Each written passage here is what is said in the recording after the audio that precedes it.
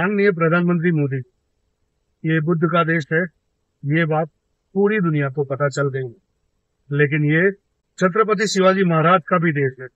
ये देश महाराणा प्रताप, बप्पा रावल, महाराणा सांगा का भी देश है। यह नायिका देवी जैसी महान योद्धा की भी भूमि है, जिसने मुल्तान तक आक्रमणकारियों को खदेड़ दिया था। यह चाणक्य और लचित बोरफुकन का देश है।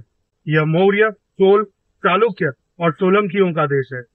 यह भगत सिंह, चंद्रशेखर आजाद, रानी लक्ष्मीबाई, बिरसा मुंडा और उनके जैसे अन्य कई लोगों का देश, ये योद्धाओं का देश है। It's time we show the world. समय आ गया है कि अब हम दुनिया को दिखाएं कि ये योद्धाओं की भूमि है और उसके लिए पाकिस्तान को उसका उदाहरण बनाया जाए। ये छोटा सा मैसेज हमने कल अपने ट्विटर के हैंडल से शेयर किया था, नरेंद्र मोदी जी को टैग करते हुए। बात करें अगर वो जो पहलगाम में आतंकवादी हमला हुआ उसकी और उसके ऊपर जो अपडेट्स आए हैं उसकी, तो कल हमने वीडियो में बताया था कि 24 लोगों के मारे जाने की खबर है, 24 हिंदुओं के मारे जाने की खबर है। लेकिन उसके बाद आंकड़ा बढ़ गया है, डेथ टोल बढ़ गया है और आज सुबह जो अपडेट आई है उसके अनुसार 28 हिंदू मारे गए हैं। 28 हिंदुओं का नरसंहार कर दिया गया है।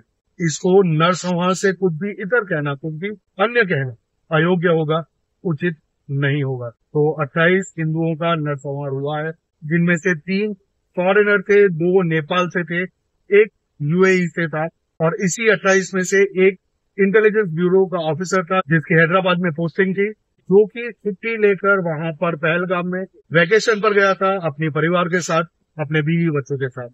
उसको भी वहां पर मार दिया गया, ये पूछकर कि वो कौन है, हिंदू है या मुसलमान, उसने कलमा पढ़ा है या फिर वो काफिर है, ये पूछकर उसको मार दिया। उसी प्रकार से एक नेवी ऑफिसर की भी हत्या कर दी गई है, जिसका नाम है विनय नरवाल। अब विनय नरवाल की इस घटना से 6 दिन पहले ही शादी हुई थी और वो वहां पर हनीमून मनाने के लिए गए थे, उनकी भी हत्या कर दी गई।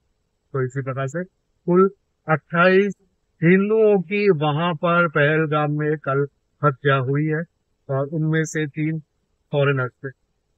उनको जाति नहीं पूछी गई, उनको कौन सी भाषा या वो कौन से क्षेत्र से है ये नहीं पूछा गया। उनको पूछा गया बस इतना कि वो हिंदू है या मुसलमान। इसकी जिम्मेदारी टीआरएस यानी कि द रेजिस्टेंस फ्रंट ने ली है। अब ये वही द रेजिस्टेंस फ्रंट है जो कि ओरिजिनली लश्कर तैयबा का ऑफशूट है, वही लश्कर तैयबा जिसको पाकिस्तान आर्मी और आईएसआई ने पाल पोस कर बड़ा किया है, जो कि 26/11 के मुंबई हमले का जिम्मेदार ग्रुप है। उसी का ये ऑफशूट है द रेजिस्टेंस फ्रंट। कुछ सालों पहले यही ग्रुप जो बना था उसने अपने आप को सेक्युलर और पीसफुल प्रोजेक्ट करने की ट्राई की थी, लेकिन उसी समय भारत की सरकार ने सोच समझकर इस ग्रुप को बैन कर दिया था और अल्टीमेटली इन आतंकवादियों ने, इन मिलिटेंट्स ने वही किया जो ये लोग करते हैं, जिसके लिए इनको ब्रेन वॉश किया जाता है। नरसंहार किया गया कश्मीर में फिर से एक बार।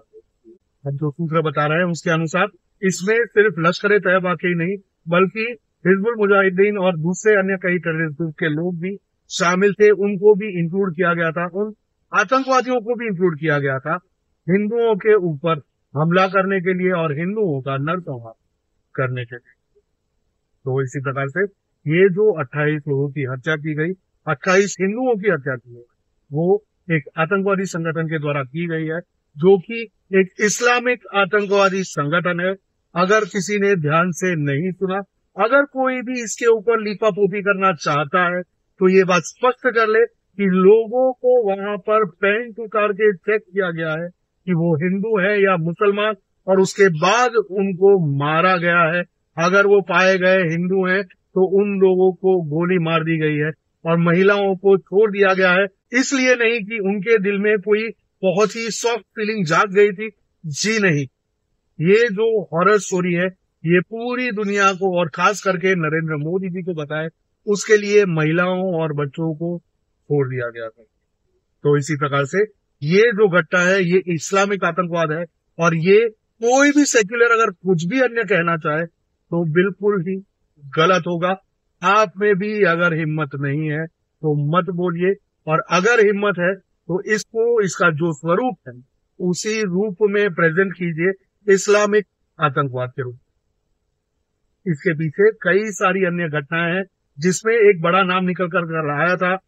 श्रीनगर से एक एमपी है, मेंबर ऑफ पार्लियामेंट है, आगा रूहुल्ला करके, जिसने एक स्टेटमेंट दिया था तकरीबन 3 या 6 महीने पहले आरफा खानम शेरवानी के साथ एक इंटरव्यू में, जिसमें उसने बताया था कि ये जो टूरिस्ट वहां पर भेजे जा रहे हैं या फिर आ रहे हैं कश्मीर में, ये टूरिज्म नहीं है लेकिन कल्चरल इन्वेजन है। कल्चर को तुम लोग चबा कर खा गए 1990 के दशक में, जब हिंदुओं को वहां से पलायन करना पड़ा, जब गिरजा टिक्कू को चलते चेन सॉ में जिंदा काट दिया गया। उस समय जो हुआ, भारत की कोर्ट भी उसको हैंडल करने के लिए तैयार नहीं है, ये हकीकत है। तो ये आगा रूहुल्ला वही इंसान है जिसने ये बात कही थी कि ये टूरिज्म एक कल्चरल इन्वेजन है, ना कि टूरिज्म। तो अगर लीडर्स ऐसे ही सेपरेटिस्ट विचारधारा वाले हों, डिस्क्रिमिनेटरी विचारधारा वाले हों, तो उनके जो लोग हैं जिन्होंने उनको चुना है, वो भी उनसे ज्यादा अलग हो, उसकी उम्मीद हम लोग नहीं कर सकते हैं।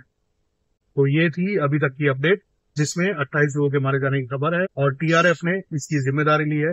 नरेंद्र मोदी जी ने अपनी जो सऊदी अरेबिया की विजिट थी उसको कट शॉर्ट कर दिया और वो वापस भारत आ चुके हैं, लैंड हो चुके हैं और अब वो सीसीएस की मीटिंग अटेंड करने वाले हैं। ये जो पहलगाम में आतंकवादी हमला हुआ उसको लेकर अब ये सीसीएस क्या है, तो it is cabinet committee on security. ये जो पर्टिकुलर कमिटी होती है, ये जो ग्रुप होता है, it is the highest level group, it is the top level group which decides on national security, defense and strategic policy making। तो उसके लिए ये लोग इकट्ठा होने वाले हैं। इसमें नरेंद्र मोदी जी होंगे, संभवतः अमित शाह जी होंगे, एलजी कश्मीर के, जम्मू कश्मीर के एलजी मनोज सिन्हा जी होंगे, साथ ही में हो सकता है कि अजीत डोवाल जी भी हों और साथ ही में आर्मी और अन्य विंग्स के जो लीडर्स हैं, जो भी हेड्स हैं, वो भी वहां पर उपस्थित मिले। तो उन्हीं के बीच में चर्चा होने वाली है आज। और ये जो हमला हुआ है उसके ऊपर कैसे रिस्पॉन्ड किया जाए, सबसे पहले ये जो हमला हुआ है उसको कैसे कंटेन किया जाए, क्योंकि अभी तक वो आतंकवादी पकड़े नहीं गए हैं। By the time we are recording this video, तो अभी तक वो लोग पकड़े नहीं गए हैं। तो उनको कैसे एप्रीहेंड किया जाए और उसके पश्चात ऐसी कौन कौन सी गतिविधियां डिप्लोमेटिक तरीके से और मिलिट्री का यूज करके, साथ ही में टेक्नोलॉजी का यूज करके की जा सकती हैं, जिससे ये जो भी हमलावर हैं और उनको जिन लोगों ने भी सपोर्ट किया है उनके ऊपर भी क्रैकडाउन किए जा सके। उसके पश्चात एक और स्टेज भी आ जाता है इसी सीसीएस की मीटिंग में, जो होता है लॉन्ग टर्म पॉलिसी मेकिंग की। ये जो हमला हुआ है उसको किस तरह से देखा जाए और किस तरह से इसके आधार पर पॉलिसीज बनाई जाए, ताकि ये जो घटना है वो रिपीट ना हो, इसके जैसी घटना वापस यहाँ पर भारत में ना हो। तो उसके ऊपर भी बातचीत की जाएगी। लेकिन सबसे पहले इसके ऊपर हाल में जो परिस्थिति है उसको कंटेन करने के लिए और उसके सामने पाकिस्तान के ऊपर, आतंकवादियों के ऊपर और जो भी ऐसे लोग हैं भारत में, जम्मू कश्मीर में, जिन्होंने इन आतंकवादियों को शरण दी है, उनके ऊपर कैसे क्रैकडाउन किए जा सके और किस तरह से उनको पनिश किया जाए अकॉर्डिंग टू द लॉ, इसके ऊपर बातचीत होगी। तो सबसे ज्यादा कहर बरसने वाला है बहुत ही शॉर्ट पीरियड ऑफ टाइम में जो भी ओजीडब्ल्यूज हैं, ओवरग्राउंड वर्कर्स हैं, जो भी ऐसे सीमा के उस पार से आए हुए आतंकवादियों को पनाह देते हैं, खाना पीना प्रोवाइड करते हैं या फिर किसी भी प्रकार का सपोर्ट प्रोवाइड करते हैं, उन लोगों के ऊपर किस तरह से क्रैकडाउन किए जाए, उनके ऊपर एक कहर बरसने वाला है। तो वो लोग तैयार हो जाए अपने कृत्यों का फल भुगतने के लिए और उसके पश्चात पाकिस्तान के ऊपर भी इसकी असर होगी। और हमने साथ ही में एक रिक्वेस्ट और भी की थी कि 10,000 पाकिस्तानी भी अगर मर जाएं तब भी ये जो घटना हुई है, ये जो आतंकवादी हमला हुआ है, उसका बदला पूरा नहीं होगा। लेकिन फिर भी हम ये आशा करते हैं कि भारत पाकिस्तान की सीमा से जितने भी पाकिस्तान आर्मी के लोग हैं सभी को युद्ध में खत्म कर दिया जाए, एक भी बचने न पाए। ये हमारी भारतीय सेना से उम्मीद भी है और रिक्वेस्ट भी है। आप क्या सोचते हैं ये हमारे साथ कमेंट में जरूर साझा करें, वीडियो को लाइक करें, चैनल को सब्सक्राइब करें। दूसरी जो अपडेट आएंगी वो भी हम आपके साथ जरूर शेयर करेंगे और एक छोटा सा कंपाइलेशन बना रहे हैं जिसमें अलग अलग लोगों ने क्या कहा है, किस प्रकार की प्रतिक्रियाएं दी है, let it be Anupam Kher जी या फिर अन्य कई ऐसे लोग, उन लोगों ने क्या कहा है इसके ऊपर, वो एक कंपाइलेशन हम लोग बना रहे हैं। तो वो भी हम लोग आपके साथ जरूर शेयर करेंगे। तो बने रहे हमारे साथ, साथ ही में वीडियो को लाइक करें, चैनल को सब्सक्राइब करें, बेल आइकन दबाना ना भूलें। और ये चैनल सिर्फ आप ही के सपोर्ट से चलता है, मोनेटाइजेशन नियरली बंद कर दिया गया है, तो QR कोड स्कैन करके सपोर्ट करना ना भूलें ताकि हम लोग रेगुलर अपडेट लाते रहे। मिलेंगे अगली खबर में, तब तक के लिए जय हिंद, हर हर महादेव।